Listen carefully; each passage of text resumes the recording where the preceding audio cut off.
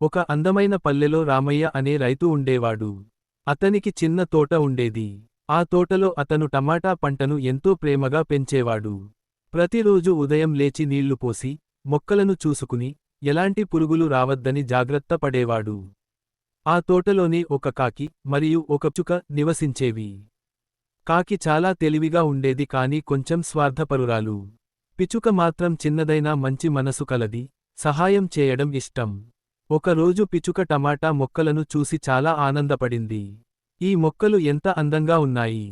ఇవి పండినప్పుడు చాలా రుచిగా ఉంటాయి అని అనుకుంది. కాకి మాత్రం తనలోనే, ఈ టమాటాలు పండినప్పుడు నేను ఒంటరిగా తినాలి. ఎవరితోనూ పంచుకోను అని అనుకుంది. పిచ్చుకకు కాకి ఆలోచనలు తెలియవు. అది మొక్కల దగ్గర తిరుగుతూ, వాటిని కాపాడాలని భావించింది. కొన్ని రోజుల తర్వాత టమాటా మొక్కలు పెద్దవిగా పెరిగాయి. పచ్చని టమాటాలు నెమ్మదిగా ఎరుపు రంగులోకి మారసాగాయి. ఆ సమయంలో కొన్ని పురుగులు మొక్కలపై దాడి చేయడం ప్రారంభించాయి.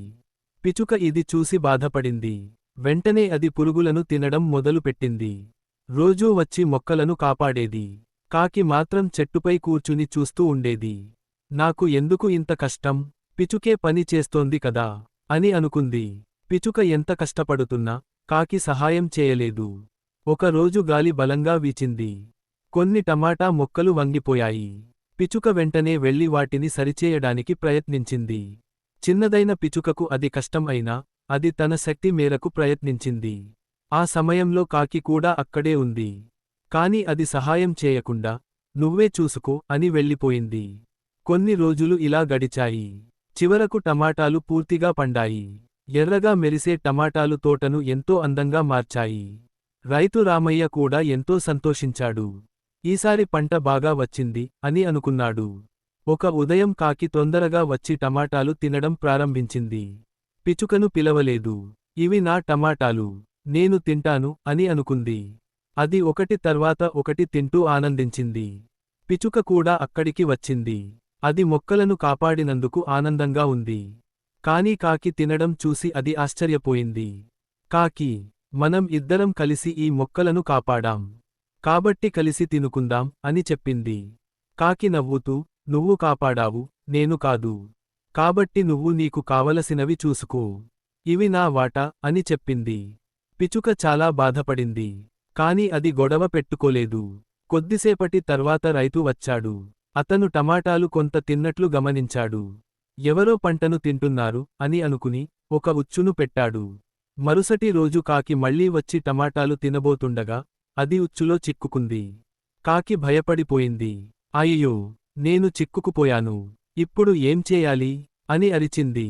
పిచ్చుక దూరం నుంచి ఇది చూసింది. మొదట అది కాస్త ఆలోచించింది. ఇది నన్ను బాధపెట్టింది. కాని ఇప్పుడు ఇది కష్టంలో ఉంది.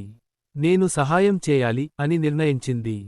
పిచ్చుక దగ్గరకు వెళ్లి, తన చిన్న ముక్కుతో ఉచ్చు తీసేందుకు ప్రయత్నించింది. చాలా కష్టపడి చివరకు కాకిని విడిపించింది. కాకి బయటకు వచ్చి ఊపిరి పీల్చుకుంది. పిచ్చుక, నువ్వు నన్ను కాపాడావు. నేను నిన్ను బాధపెట్టాను. నన్ను క్షమించు అని నిజాయితీగా చెప్పింది. పిచ్చుక నవ్వుతూ, స్నేహం అంటే సహాయం చేయడం. తప్పు చేసినవారు మారితే చాలు అని చెప్పింది. ఆ రోజు నుంచి కాకి మారిపోయింది. అది పిచ్చుకతో కలిసి టమాటాలను పంచుకుంది. ఇద్దరూ సంతోషంగా జీవించారు. రైతు కూడా పంటను కాపాడిన పిచ్చుకను చూసి ఆనందించాడు. నీతి: స్వార్థం చెడు. సహాయం చేసిన వారిని గౌరవించాలి. స్నేహం అంటే పంచుకోవడం, సహాయం చేయడం.